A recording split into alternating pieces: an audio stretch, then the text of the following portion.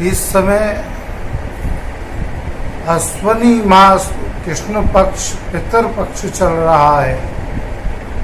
सभी हिंदू वर्ग समाज में अपने अपने पितरों के समर्पित श्राद्ध कर्म किया जा रहा है। मैं आपको ये बतलाना चाह रहा हूँ कि तर्पण किस प्रकार से करते हैं।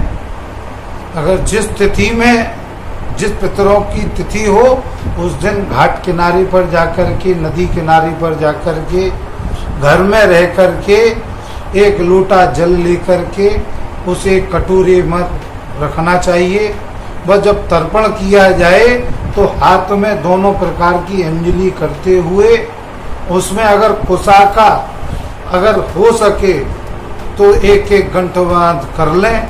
अगर ये हाथ सीधा हाथ है उसमें 2 गांठ की अंजलि बांध लें।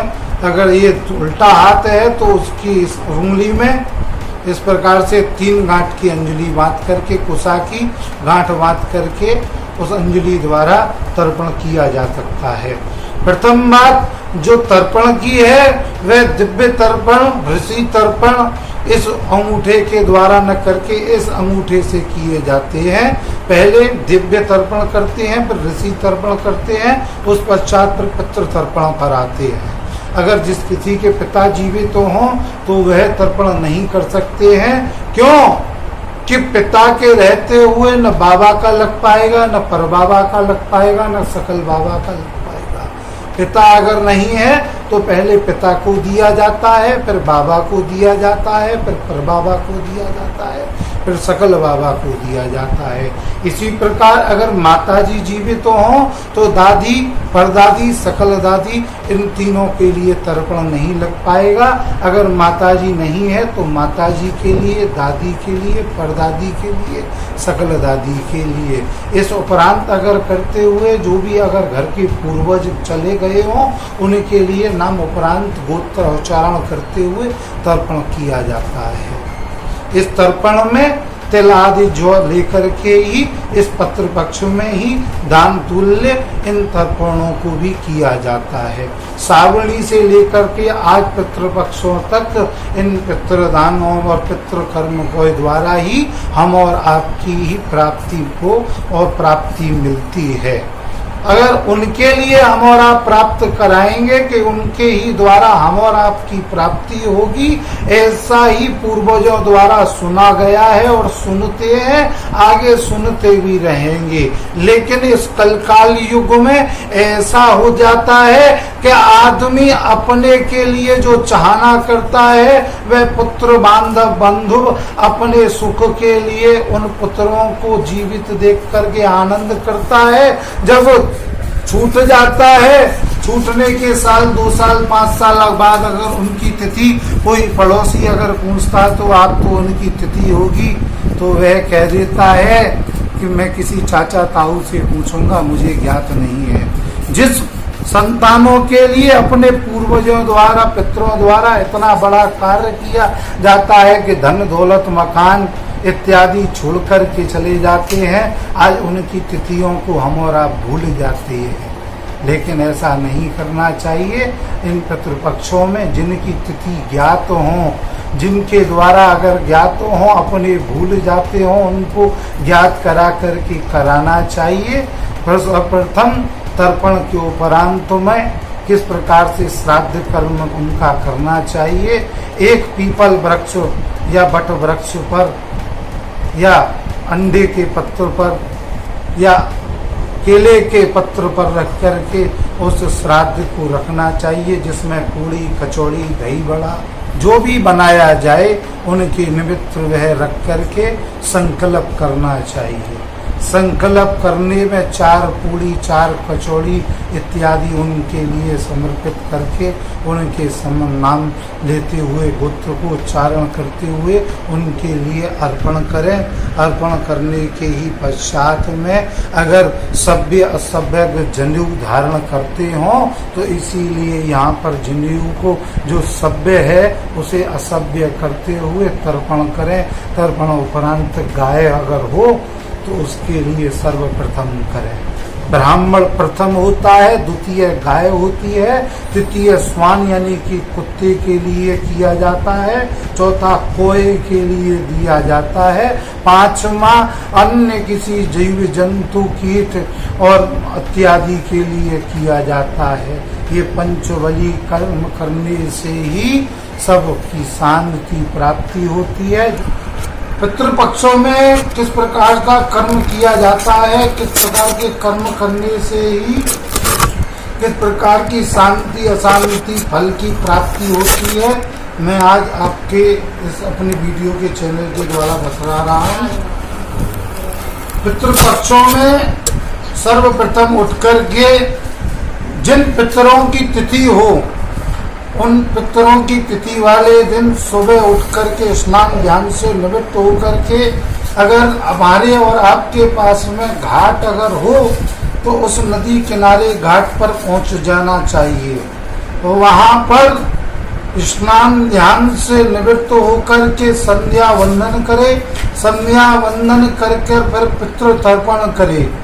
पितृ तर्पणों में जनेऊ को सभ्य सर्व कर लिया जाता है। उन उपरांतों में जो दाएं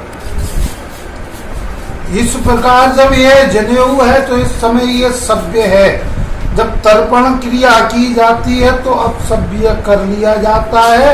उस अपसभ्य में इस प्रकार से अंजलि बनाई जाती है।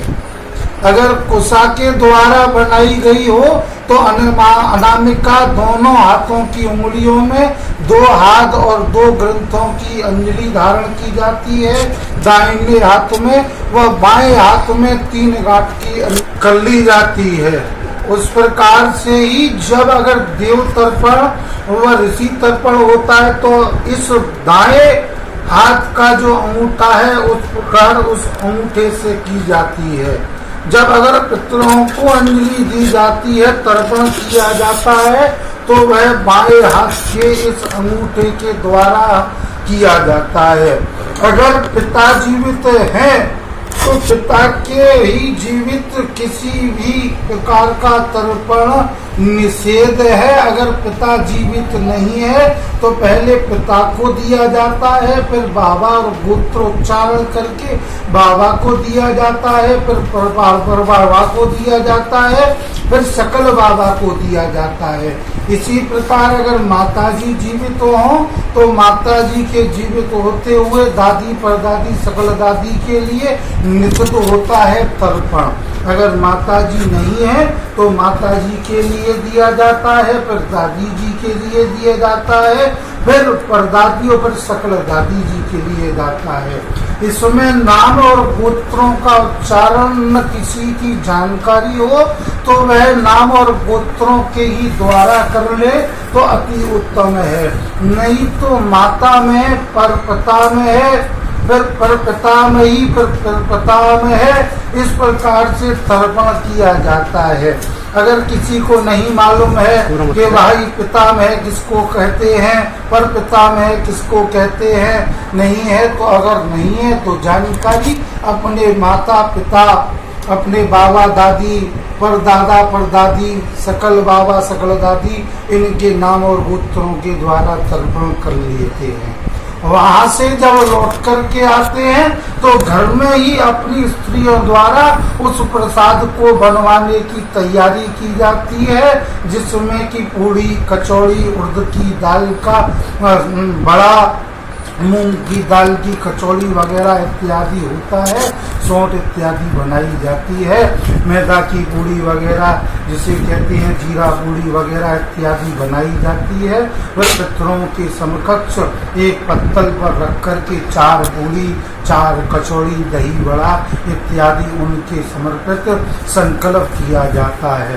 पूर्ण संकल्प अगर ज्ञात न हो तो श्री सूर्य रवि दक्षिणायन, क्योंकि इस समय दक्षिण में चले जाते हैं सूर्य नारायण, 6 महीने उत्तरायण रहते हैं, 6 महीने दक्षिणायन रहते हैं। इसीलिए दक्षिणायन सूर्य जो ऋतु है उस समय की ऋतु उच्चारण करते हुए अश्वनी मास कृष्ण पक्ष आज जो भी तिथि है उस तिथि का उस बार का उच्चारण कर जिसके निमित्त अगर श्राद्ध कर्म तिथि ज्ञात है उनका नाम गोत्र करते हुए हम और आप समर्पित कर रहे हैं, ऐसा मन में भाव करके समर्पित किया जाता है।